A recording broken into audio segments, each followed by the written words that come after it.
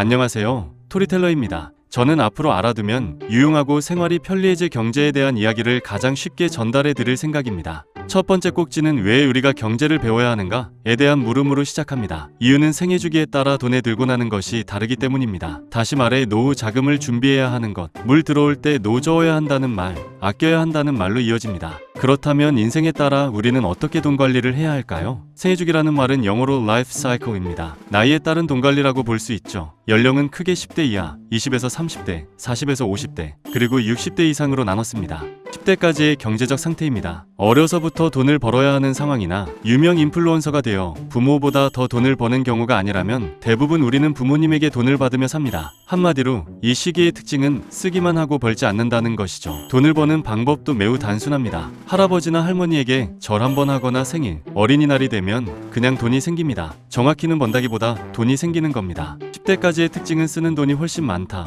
돈은 안 번다. 돈은 생기는 것이다. 그러다 20대에 접어듭니다. 고등학생부터 알바를 하거나 대학교에서 학비를 벌기 위한 아르바이트를 하는 일부를 제외하면 아직도 쓰는 돈이 버는 돈보다 많습니다. 10대와 다른 점은 일을 하고 돈을 버는 경우가 있다는 점입니다. 그러다가 20대 중후반에 취직을 합니다. 그때가 되면 진정 돈을 벌게 되고 씀씀이보다 버는 것이 많아지는 시기로 들어가게 됩니다. 20에서 30대를 정리해보면 쓰는 돈이 많다. 하지만 일부 버는 돈이 있다. 그러다 30대가 지날수록 버는 돈이 쓰는 돈보다 많아진다. 현실에서 그래프가 꼭 이렇게 되는 것은 아닙니다. 사업에 실패하거나 여전히 취직이 안 되는 사람도 있기 때문이죠. 이제 40에서 50대입니다. 바로 부모님 세대라고 볼 수도 있습니다. 직장인의 경우 실제로 가장 많은 수익을 올리는 구간으로 가장 많이 벌고 가장 많이 쓰는 시기이기도 합니다. 여기에는 한 가지 비밀이 있습니다. 아이가 있는 부모님이라면 실제 자기가 쓰는 비용은 오히려 줄어듭니다. 한 집안이 쓰는 비용은 최대로 늘어나지만 가장 많은 수익을 올리는 부모들이 자신을 위해 쓰는 비용은 오히려 줄어들 수 있습니다. 바로 아이들 교육비가 포함된 양육비 때문입니다.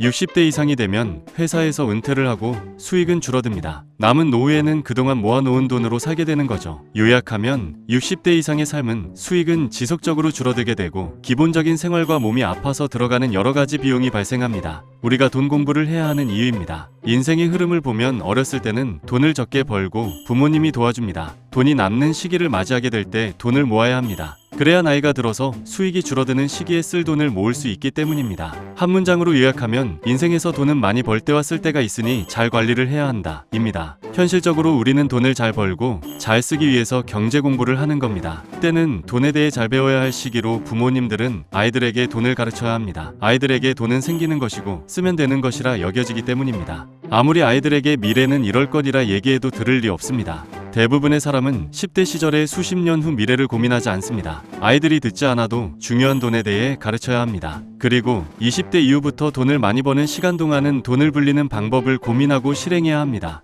아이들이 이런 생각을 가질까요? 아니요. 돈에 대해 배운 적이 없는 아이들은 재테크라는 말을 듣고 스트레스를 받을 뿐입니다. 그러다 한방 투자에 빠져들기 쉽습니다. 10대의 돈과 친해져야 20대가 되어 돈을 벌기 시작할 때 자기에게 맞는 방법으로 돈을 굴릴 줄 알게 됩니다. 노후에는 욕심을 줄이는 삶을 익히는 것이 좋아 보입니다. 부자가 되어 좋은 음식 먹고 좋은 구경하고 좋은 차 타고 싶은 사람도 있고 쪼들리지 않고 무탈하게 살고 싶은 사람도 있습니다. 노후에 바라는 삶은 제각각 다르겠지만 결과적으로 수십 년간 어떻게 살아왔는지에 따라 삶의 질은 달라지게 됩니다. 가장 바람직한 노후의 삶은 돈을 제대로 쓰면서 사는 것이라 생각합니다. 아이와 함께하는 돈 공부에서 기억할 부분은 첫째, 아이는 돈에 대해서 배워야 하고 부모님은 아이에게 돈에 대해 가르쳐야 한다. 둘째, 돈에 대해 배운 아이는 돈 굴리기 또는 불리기를 더 잘하게 될 것이다. 셋째, 노후는 나의 삶에 맞춰 돈을 제대로 써야 한다 입니다. 인생에 정답이 없듯 돈 공부와 돈 관리에도 정답은 없습니다. 다음 회차는 돈이란 무엇인가입니다. 돈이 뭔지 알아야 돈 공부를 할 거니까요.